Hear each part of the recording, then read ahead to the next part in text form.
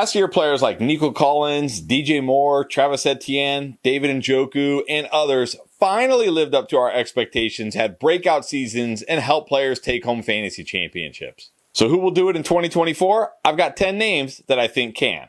Let's start with Garrett Wilson. It's weird to think like Garrett Wilson hasn't broken out yet because there's a lot of hype with Garrett Wilson. He keeps going as like a first, second round draft pick, but really he hasn't. I mean, he had an okay rookie season, but not a very good year two because he was stuck playing with Zach Wilson, Trevor Siemian, Tim Boyle, maybe another quarterback I can't even remember. Unfortunately, Aaron Rodgers only played 4 snaps last year, so that went out the window right away. But we got to bank on Aaron Rodgers hopefully staying healthy all year this year. And if he does, even if he's not as good as he used to be, he's a much better quarterback than all 3 of those guys I just mentioned.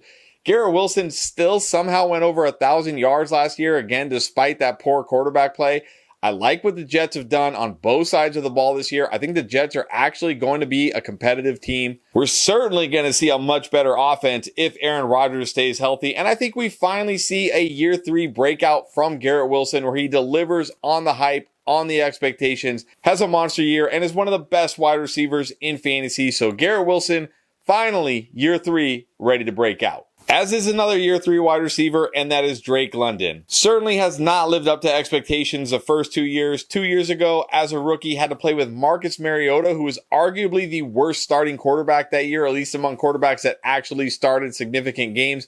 Then he's had to play with Desmond Ridder and Taylor Heineke the last year and a half. Not to mention, he's been stuck with Arthur Smith as his head coach. Now, sure, Raheem Morris is not necessarily an offensive guy, but what I like is that they brought in OC Zach Robinson, who was the passing game coordinator for the Rams the last few years, helped turn Cooper Kupp into an elite wide receiver, just helped Puka Nacua to have one of the best rookie seasons ever. Oh, and they also got a quarterback upgrade in this guy named Kirk Cousins, who we know can support fantasy goodness. Drake London, finally year 3 as well, ready to break out and deliver on the promises, on his potential in this new offense with this new head coach, and especially with new quarterback Kirk Cousins. Now, I'm just warning you now, get ready to go hit the thumbs down button, roll your eyes, and drop your comment saying, I stopped watching after Chris said Kyle Pitts, because you know what?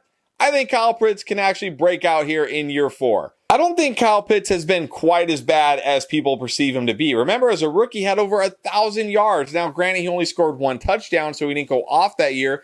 But to put in perspective how big 1,000 yards is, Sam Laporta, the tight end god right now, rookie god, only had 868 yards last year.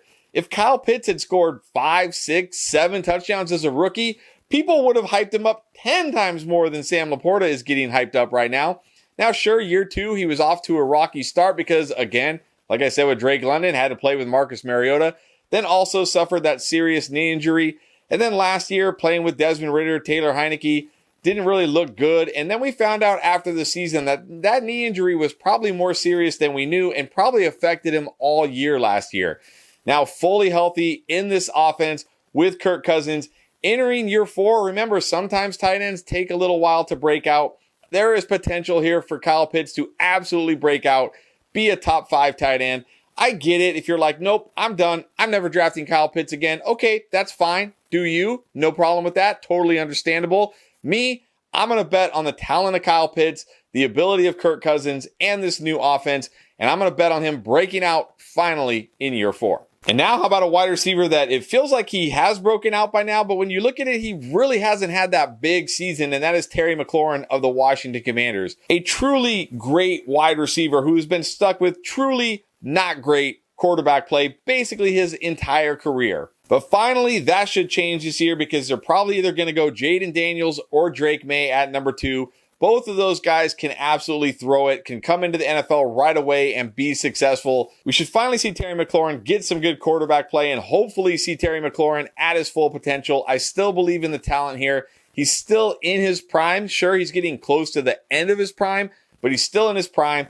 He can still have a big year. He's been held back by his quarterback play for his entire career. Thankfully, it seems like this year, unless the Commanders do something ridiculous at number 2, that's going to change, and we're going to see Terry McLaurin finally unleashed. All right, let's give the running backs a little bit of love now, and I think we're going to see DeAndre Swift finally unleashed this year. Look, the Bears went out and paid this guy pretty good money, like starter money to be their guy. And who's behind him? Khalil Herbert, who the Bears obviously don't have a ton of confidence in. Rashawn Johnson, who was a 5th-round pick last year. Look, I like Rashawn Johnson, but let's not act like Rashawn Johnson is like a can't-miss prospect here. There is a great chance DeAndre Swift is the lead back on this Bears offense that's going to be significantly better.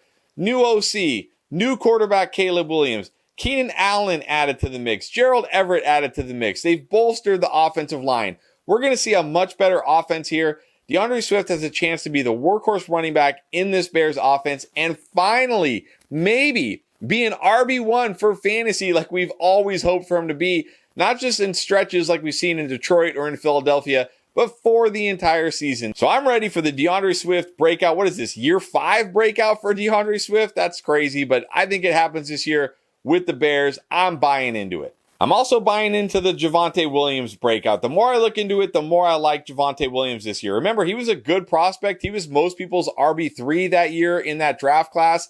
Had a good rookie season. I mean, he was stuck splitting with Melvin Gordon, but he was number 6 in evaded tackles among running backs, 17th in targets, even though he was splitting with Melvin Gordon that year.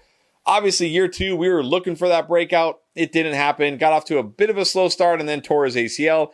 Then last year, predictably, was bad because, he tore his ACL. This is how it goes for running backs. Outside of Adrian Peterson, no running back has been great year 1 from ACL. Even last year, Breece Hall, he was mostly bad. It wasn't until the very end of the season that he finally was kind of like good, I guess. And really, he was only good because he was getting, 8, 9, 10 catches a game. It wasn't like he was ripping off 100-plus yard games game after game or anything like that. So now Javonte Williams entering year 2 from ACL should be fully healthy. Yeah, the Broncos offense, it's probably going to be bad again, which may cap his, complete ceiling. But when you look at it, I'm not worried about Samaje Perine. I'm not worried about Jaleel McLaughlin. And I don't think the Broncos are going to invest any serious draft capital in a running back because they have way bigger needs they need to take care of in this year's NFL draft. So Javonte should be the guy going into next season. He's a good player when healthy. He's a good pass catcher when healthy. Now, I don't know if he's going to have top 5 upside in this offense, but why couldn't Javonte Williams finish as a top 12, top 10 running back next year on volume alone and finally break out? Now for a quarterback breakout, I'm going to go with Trevor Lawrence. I mean, I guess you could say maybe 2 years ago he kind of sort of broke out, but not really the way we wanted to see him in fantasy. Remember, it was kind of like the tale of two halves. First half, he was not that great. Second half, he came on.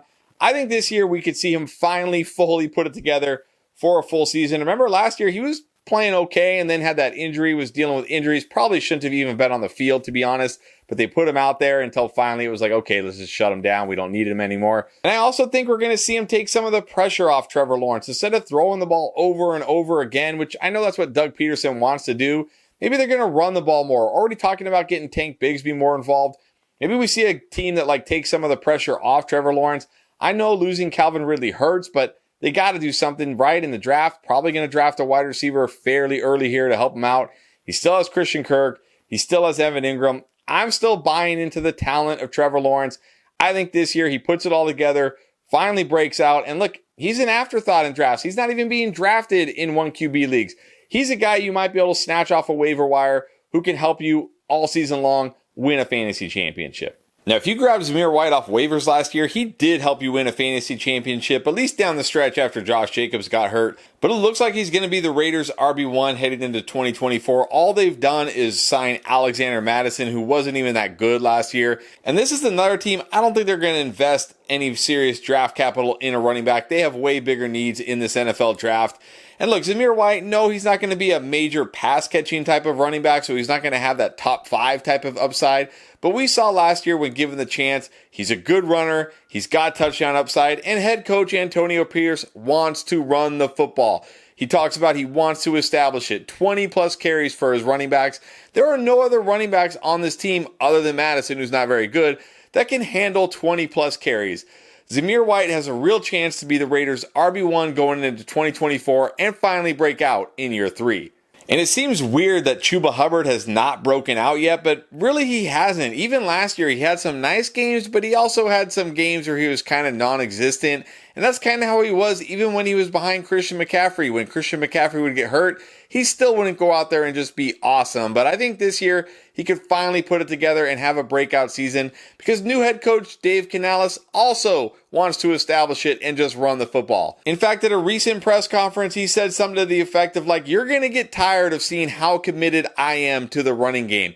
And we saw it last year with the Bucs and Rachaad White. Even with him being inefficient, they continued to run the football. He won't give up on the running game. Now, he did say it's going to be a competition between Chuba and Miles Sanders. But we saw how that went last year. Chuba Hubbard was clearly better. No reason to think he's not going to be better this year and be the lead back from day one in an offense that's going to be better and is going to want to run the ball more to protect Bryce Young. So I think Chuba Hubbard, another running back set to finally break out. And then finally, a tight end I keep talking up this offseason is Jake Ferguson. Now, I guess it kind of feels like he broke out last year, but he really wasn't that good for fantasy. He was only good because nobody expected him to do anything really, but he only scored 5 touchdowns, didn't have a huge receiving year, but there's reasons to think he could be better in year 3 and finally break out. Namely, the number one reason is because he was third among all pass catchers in red zone targets, and like I said, he only scored 5 touchdowns. What if he can hit the 8 touchdown, 9 touchdown, 10 touchdown mark? That right there alone will be a breakout season for Jake Ferguson at tight end. But also look at what the Cowboys have done this offseason. Despite being all in, they've done nothing. Tony Pollard is gone. That takes away some red zone work. Michael Gallup is gone. Now, granted, not a target monster, but that's another pass catcher that's gone. What will the Cowboys do in the draft? Who knows? But this is going to be basically the same offense, the same coaching staff. Jake Ferguson is going to have the same role. He could certainly see major positive touchdown regression this year and get close to double-digit touchdowns to go with more yards, more receptions, and absolutely have a year 3 breakout. So those 10 players are ready to finally break out this year. But if you want to see what our top 36 looks like right now, check out this video.